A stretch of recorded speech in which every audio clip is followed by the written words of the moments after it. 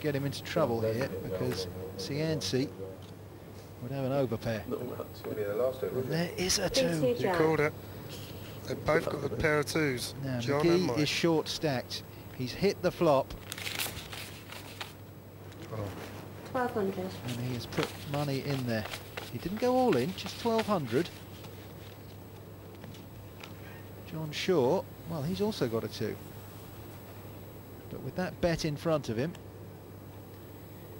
and the fact that his kick is only an 8, Pass. he's going to frisbee those in. Well, 2 undercards to your 4s is about the best you can hope for, isn't it? So you've got to fancy Cianci to at least call and probably come over. Come over the top is the best move here. Yeah. If Mike goes over the top of him, he knows where he stands. And oddly for the American, he can afford it. Oh, Pass. Folded. good Lord.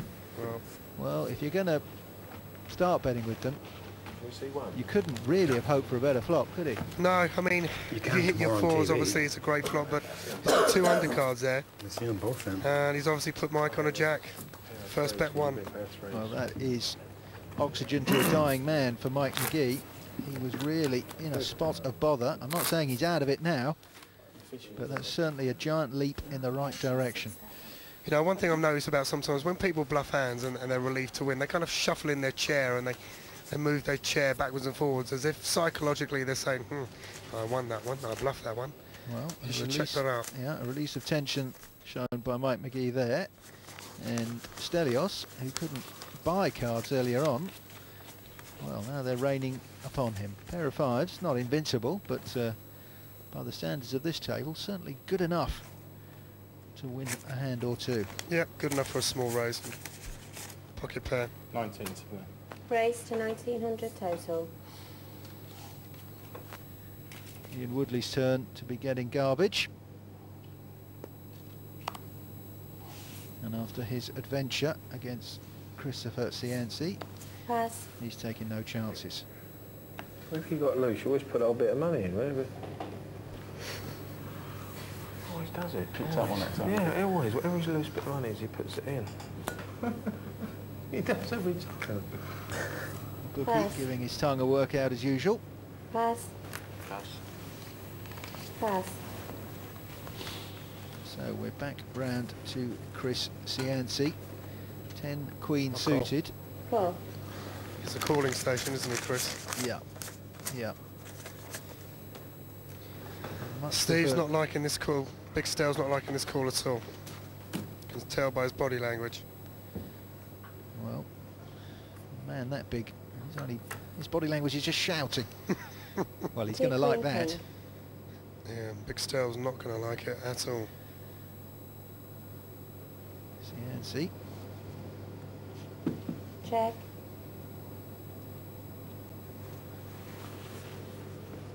There was something a little bit iffy about that check, wasn't there? There was. Did Stelios catch it? It was the way he stopped chewing gum for just a second. 3,000. Oh, I think that's 3000. a good enough bet to scare him away. well, that king on board.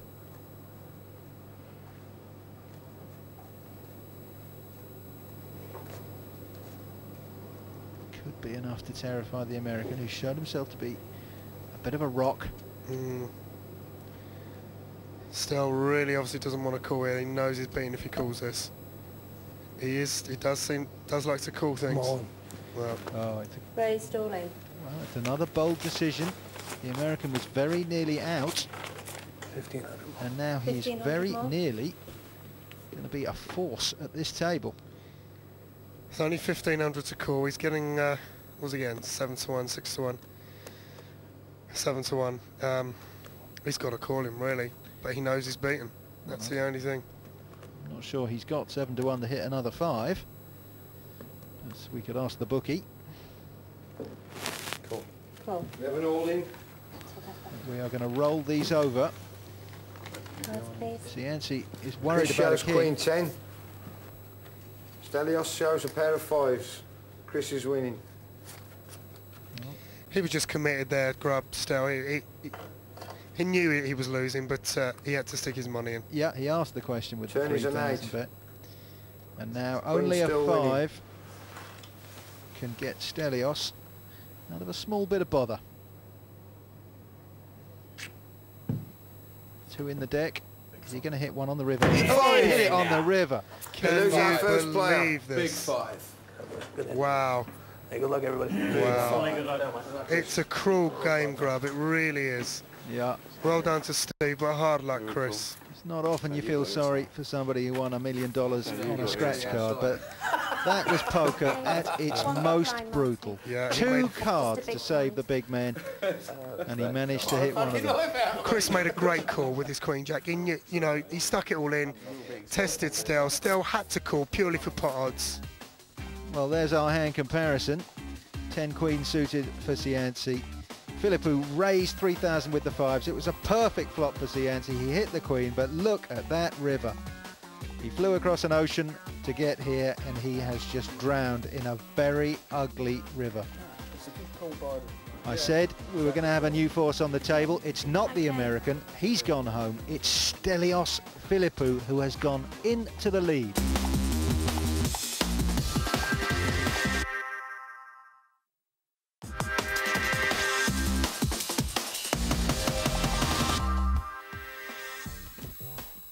There is the imposing figure of Stelios Philippou, who has just pulled off a miracle. Absolute 2 miracle. cards to save him, and that has done his cash status no harm at all. He's got about 2/3 of the money. Ian Woodley still sitting pretty, and I'm afraid Anthony Hardy and Mike McGee are looking ready to be chewed up. That's what I'm saying, but what I'm saying is one of you is going to have a half-decent stack, isn't it? No, 1,000 to call. Well, everybody's handing out lessons right now. Was it 500,000? 5 for you. Not going to hand out any punishment 3-6. with a 3-6 5-3 actually, offsuit. 4-8. No, they don't do 4-8. No, but you don't Never understand. done The before, book is have in charge. What we did. Anthony is arguing about the fact that the blinds have just gone up. It's a story. We don't do 4-8. 500 You know we don't. and 1,000. Pass. No, but I'm only asking, do we do it's low, 4-8? low stacked. Yes. Raise. Well, McGee has decided this is going to be the Alamo. No, not to Oh, call. I think we could see John putting him all in here. Yeah. So far we've seen Ace-10 folded a lot by experienced players. John Shaw. Another 5. Mike McGee's going to be committed. Let me check. He's virtually all in here anyway. Yeah. Another 5. That's 3.5, is it? Yep. 3.5 there.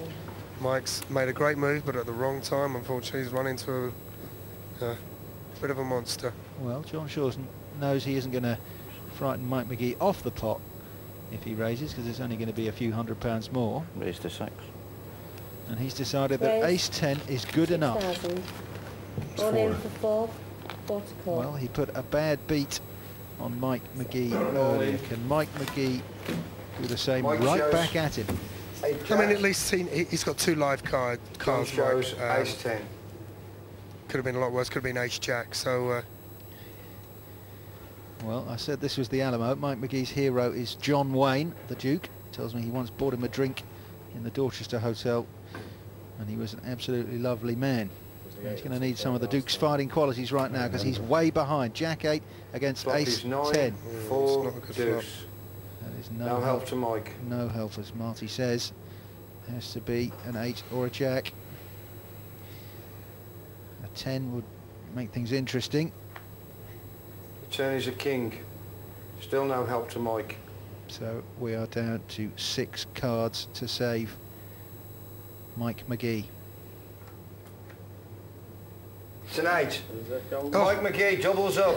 wow. Well, it was an 8 which Shaw pulled to defeat Mike McGee, and Mike McGee, as I said, can he return the favour? He has done. Well, poker is a cruel game. He got cruelly outdrawn before. If there's any justice in the world, it's just been proved then. It's gambling time, gentlemen. People say We're poker's a gamble. cruel game. I Let's think gamble. this hand we're looking at here has just proved that poker is incredibly fair, because Mike McGee way behind with the Ace-Jack, the 8-Jack against the Ace-10. The flop was no help, the river was no help, but there, gloriously floating along the river, like Moses in a basket, is the 8 he needed